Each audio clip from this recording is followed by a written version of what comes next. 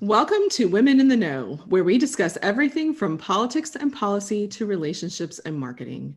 We take the things that we have learned in our lives, our experience in our interviews, and share them with you so that we can all learn a little something about our business, our personal lives, and our profitability. Today's topic of conversation, Rebecca, is launches from our conversation with Dave Keel earlier. We talked about his purpose-driven life. And how he used the phrase a lot, living on purpose. And he applies that holistically to his life, not just to his business. And I think that's something that's so important. And I think that so many of us focus on our mission statements for our businesses, that we don't always do that in our personal lives. And his is all encompassing. So what are your thoughts about living on purpose? I think that's something such a great phrase. Well, it's interesting because he divided his life up into two segments. One was sort of that earlier part of the person's life. I don't remember the exact term he used, but it's kind of an empire building phase of a life. And then the other phase is kind of the significance phase. Why am I here? What's my purpose? How do I live it out? How do I use my talents and my gifting, my experience, my knowledge, and become more purpose-driven or have some significance, leaving something behind. So I thought it was interesting. He didn't negate the idea that some of life is just making a living or just building an empire or just providing and protecting a family. He didn't negate that at all.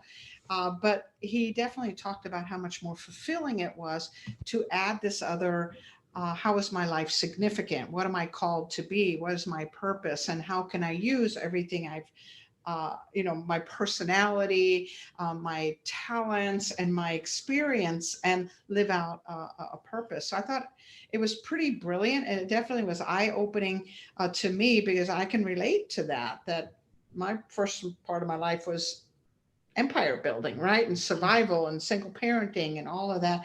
And now it's like, what is my purpose? What is my calling? How do I want to be remembered? And I haven't thought about what is that specific purpose. And Dave laid it out clear. He had a single sentence that described what his purpose was. So I thought it was brilliant. It was brilliant, and it causes you to think. And I think I think it's a phase of life thing. I think, my kids are all in the phase of trying to figure it out. It's like that beginning of life crisis where everybody goes through not quite knowing where you're going to be or what you're going to do.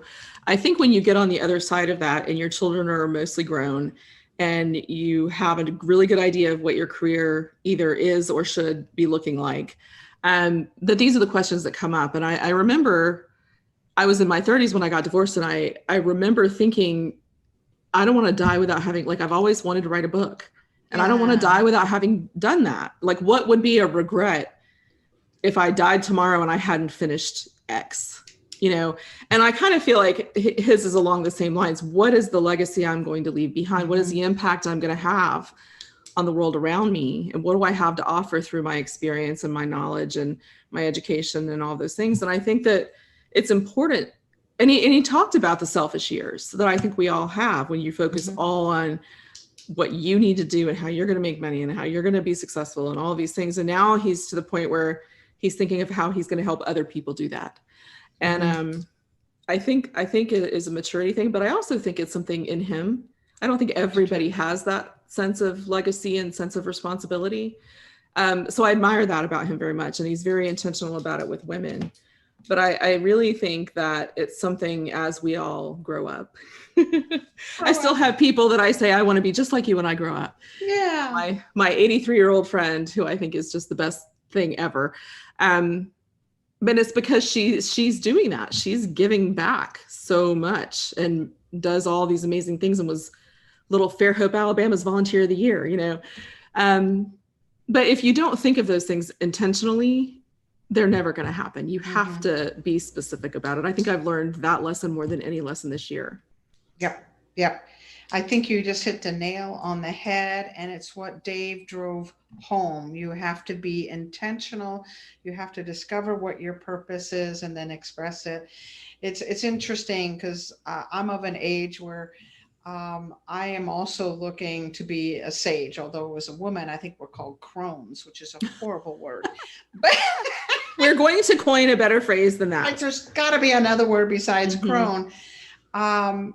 And so he was extremely intentional about it. The other point he made was, like you said, is not just this life cycle thing, but he had this idea when he was going to become more purpose driven that he would have to let go of all that other business side of him and possibly go into a nonprofit or become a missionary or whatever it is he was going to do. It was almost like tossing the baby out with the bathwater.